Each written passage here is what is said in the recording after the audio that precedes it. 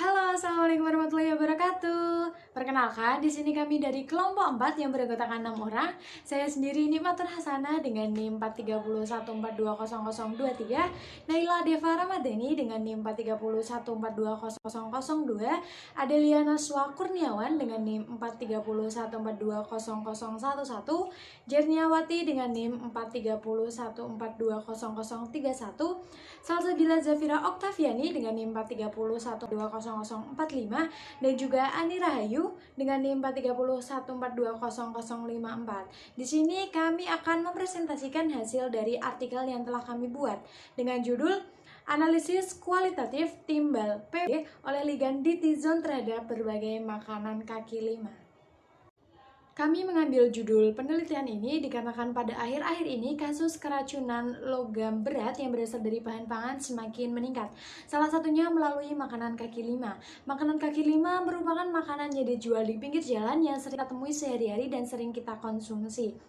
Makanan kaki lima beresiko terpapar polusi udara, debu, dan alat masak ataupun sumber air. Salah satunya ini adalah makanan gorengan. Air yang digunakan dan posisi tempat jualan di tepi jalan raya memungkinkan terjadinya penyerapan logam berat dari asap kendaraan bermotor.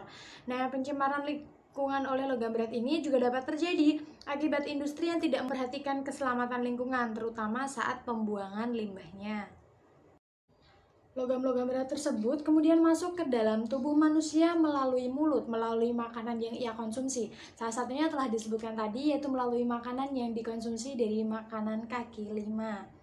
Nah, makanan-makanan tadi tentunya sudah terkontaminasi oleh beberapa hal yang telah disebutkan. Salah satunya juga yaitu berasal dari asap pabrik, proses industri, dan buangan limbah yang tidak tepat. Logam tersebut sangat berbahaya dan dapat menyebabkan keracunan. Toksitas atau daya racun yang dihasilkan dari makanan yang mengandung logam berat tergantung pada jenis, kadar, efek sinergis dan antagonis dalam bentuk fisika dan kimianya. Untuk mengetahui keberadaan logam berat pada beberapa makanan kaki lima, peneliti bersama tim memutuskan untuk melakukan analisis kualitatif dan pengujian terhadap beberapa sampel makanan menggunakan ligan di T-Zone. Baik teman-teman, kali ini kita akan melanjutkan pembahasan mengenai analisis logam berat. Analisis yang dilakukan adalah analisis kualitatif.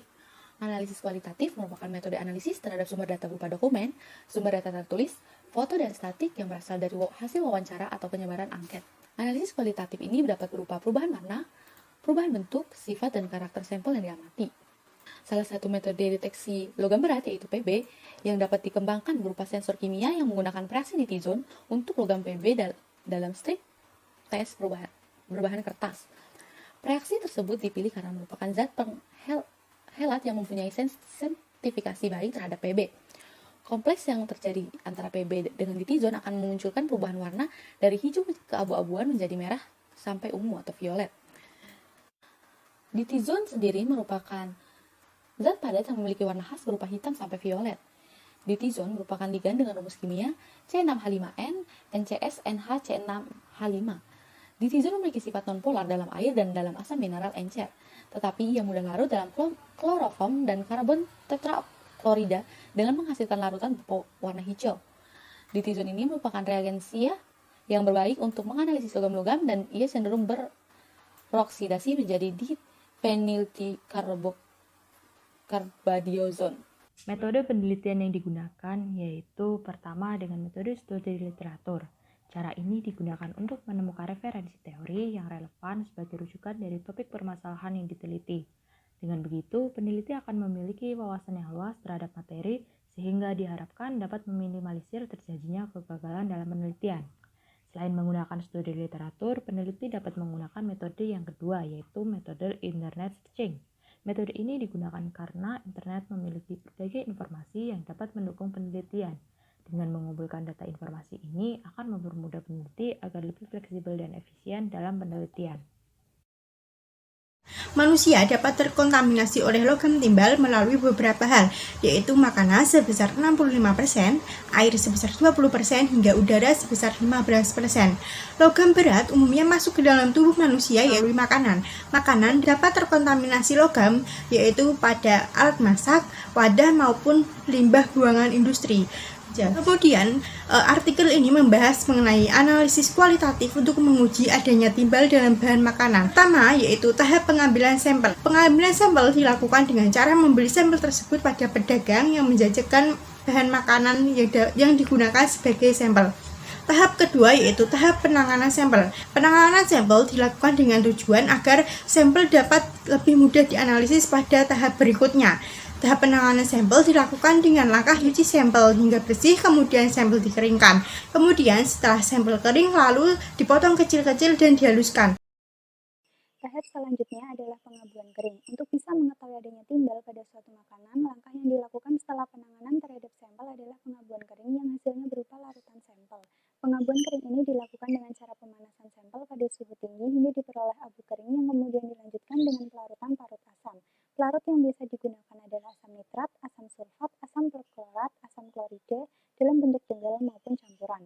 Pengabuan kering dilakukan agar mineral yang terdapat pada sampel dapat terlepas dan matriks senyawa besar seperti protein, lemak, dan karbohidrat juga dalam keadaan bebas.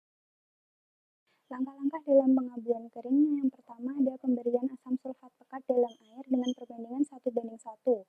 Tujuannya untuk memutuskan ikatan protein yang terdapat dalam sampel dan juga untuk mempercepat reaksi terputusnya timbal dari senyawa organik yang ada dalam sampel makanan. Yang kedua, memanaskan sampel hingga menjadi arang. Yang ketiga, menambahkan larutan asam nitrat pekat dengan perbandingan 1:1 agar sampel yang sudah menjadi arang tersebut mudah teroksidasi. Langkah yang keempat adalah memanaskan sampel agar zat organik yang terdapat pada sampel bisa menguap sebanyak mungkin. Yang kelima, pengabuan sampel dalam tanur. Yang keenam, menambahkan HCl pekat dengan perbandingan 1:1 untuk mempercepat reaksi terputusnya timbal pada senyawa organik yang terkandung pada sampel.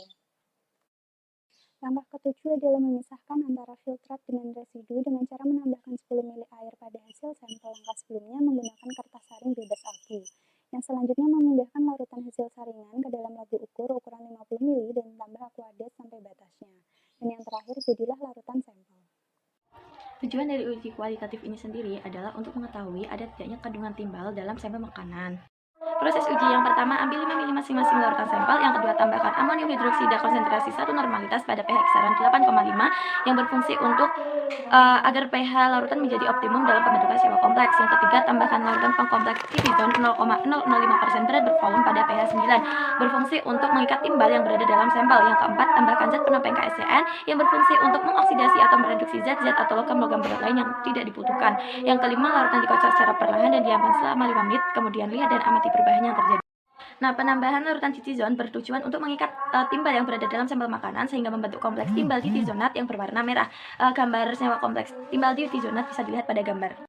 Nah, untuk sampel dan hasil uji, kita memakai 7 sampel bahan makanan yaitu batagor, bala-bala, tempe goreng, tahu goreng, ayam goreng, dan ayam penyet serta cireng. Nah, sampel makanan kita ambil dari 2 pedagang yang berbeda untuk mengetahui kandungan timbalnya, apakah terdapat timbal dalam salah satu makanan tersebut. Nah, untuk hasil ujinya sendiri ternyata semua makanan yang kita uji negatif mengandung timbal dengan memberikan hasil uji yaitu lapisan titizonnya itu berwarna hijau. Nah, untuk mengetahui sampel makanan tersebut memberikan hasil negatif atau positif dalam mengandung timbal, bila yang lapisan titizon berwarna merah itu berarti sampel makanan positif mengandung timbal, dan apabila sampel makanannya ketika diuji memberikan lapisan titizon yang berwarna hijau, maka sampel makanan tersebut negatif terhadap timbal. Bisa dilihat pada gambar, itu kan berwarna hijau, makanya sampel makanan tersebut negatif mengandung timbal. Terima kasih. Setelah dilakukan uji kualitatif dengan menggunakan kompleks PB titizon, dapat dinyatakan bahwa sampel terbentuk warna merah pada bagian dasar larutan maka hal tersebut mengindikasikan hasil positif bahwa sampel mengandung timbal. Sedangkan jika sampel terdapat warna hijau pada bagian dasar, maka sampel dinyatakan negatif mengandung timbal. Hasil uji terhadap beberapa sampel makanan, yakni seperti batagor, bala-bala, tempe goreng, tahu goreng, cireng, ayam goreng, serta ayam penyet, didapatkan hasil bahwa seluruh sampel tersebut memberikan warna hijau pada bagian dasar larutan, sehingga dapat dinyatakan bahwa sampel makanan tersebut negatif mengandung